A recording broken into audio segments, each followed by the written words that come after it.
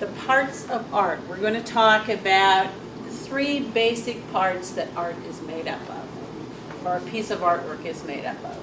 So, here's art.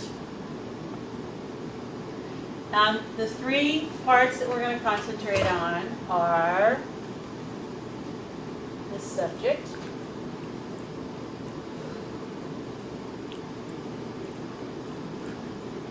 the content, and the composition.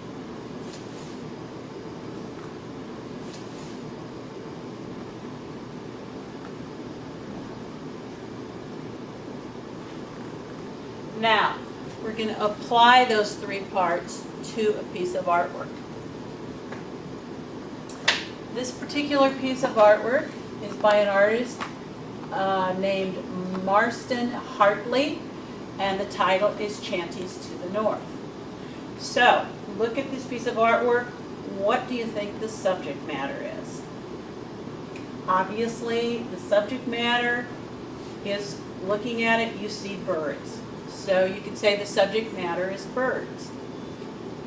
So what's the content of this work? Well, the artist that did this, he had deep religious feelings, and his two best friends had recently drowned in a terrible boating accident. So what the artist is probably doing here is symbolizing his emotions using certain shapes to suggest other shapes. In this case, what he has used to symbolize his two friends are the seabirds. So that would be the content. That's the deeper meaning. The obvious, like I said, the subject matter is the birds. The content is more about the artist and his feelings about some friends that he had lost at sea. Finally, the composition. The composition includes the elements and principles of art. So some of the elements you can see in this work of art are shapes, very strong shapes. You see lines right here.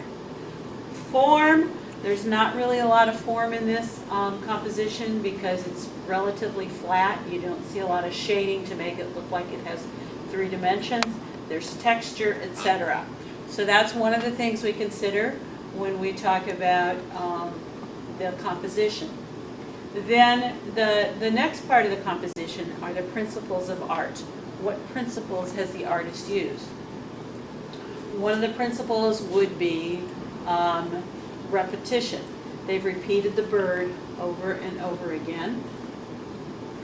So that helps create unity, which is another principle of art. The artist has limited the colors. They haven't used every color in the rainbow, so that creates unity. But there's also contrast because there's some very light areas and there's some very dark areas. There's contrast between the large birds and the small birds. So in a nutshell, those are the three parts of art that we need to think about when creating art. What's the subject matter? What's the content or meaning behind the art? And finally, how did the artist lay out the composition? Where did the artist put the elements in to make a pleasing design?